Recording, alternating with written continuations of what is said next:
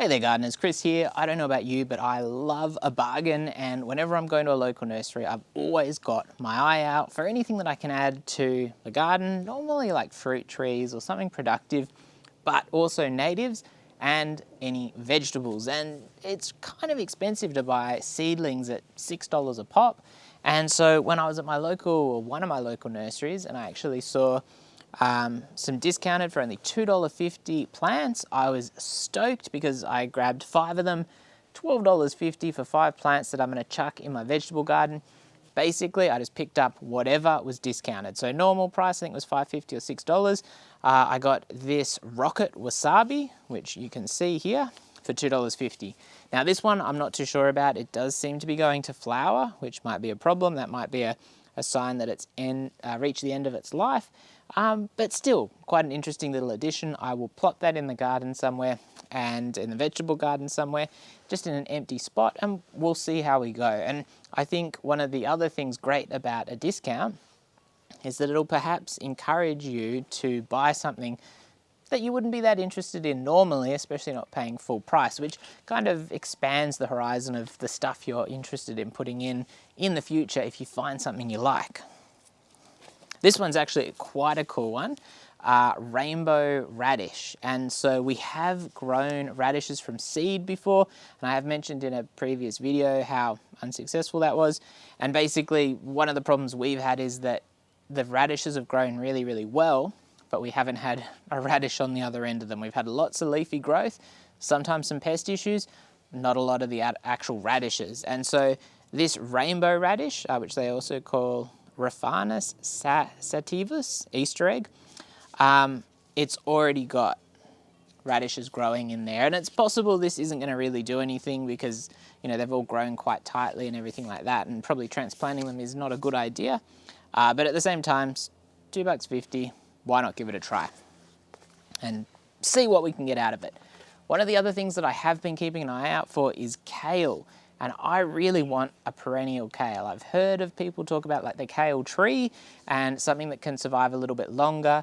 A lot of the kales, they do say to get, you know, that really nice color or flavor, you need frost, and we don't really have frost. So I'm not really sure how well that's going. We've got a little kale plant that's going quite slowly. And so when I saw this discounted, this is the Rainbow Candy Crush Kale, which is quite a mouthful. World's first edible pink kale. So there you go. That's a cool one. And again, well fertilized, moist and dry weather, full sun, tolerates semi-shaded, which is what it's going to get. And we'll see how we go. Because yeah, again, it's not looking in the best condition, but I wanted to try some extra things in the garden, and that seemed like a really good option. Notably, there was another kale that looked really cool, but it was an ornamental kale.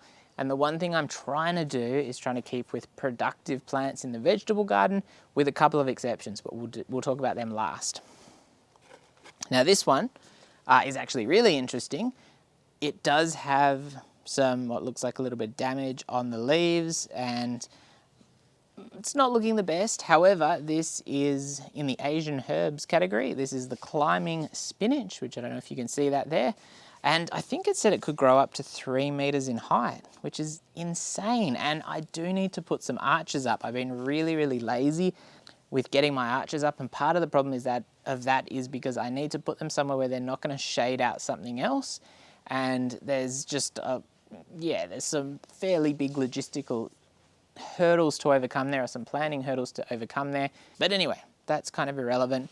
Climbing spinach, which sounds really cool. And I'm going to chuck that in where my beans grew during summer, and we'll see how we go, because obviously greens that you can eat, really, really good addition, particularly if you've got a variety, because it gets really boring eating the same stuff over and over.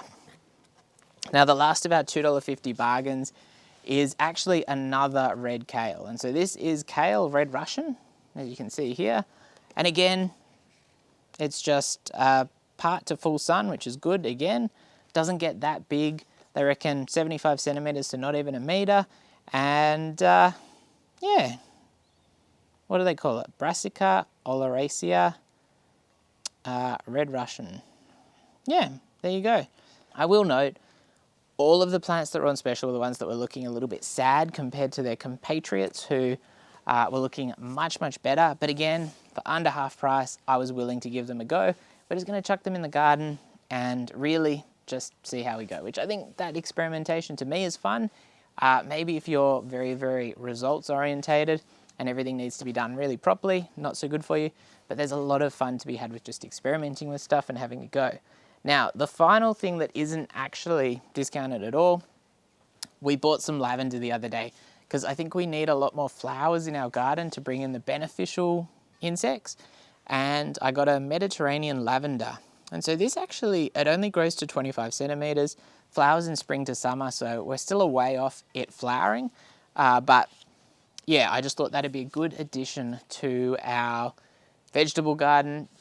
I think lavender and probably marigolds will be the main non-productive stuff that goes in the garden. But at the moment, again, we have quite a lot of free space and I do need to get some extra plants in.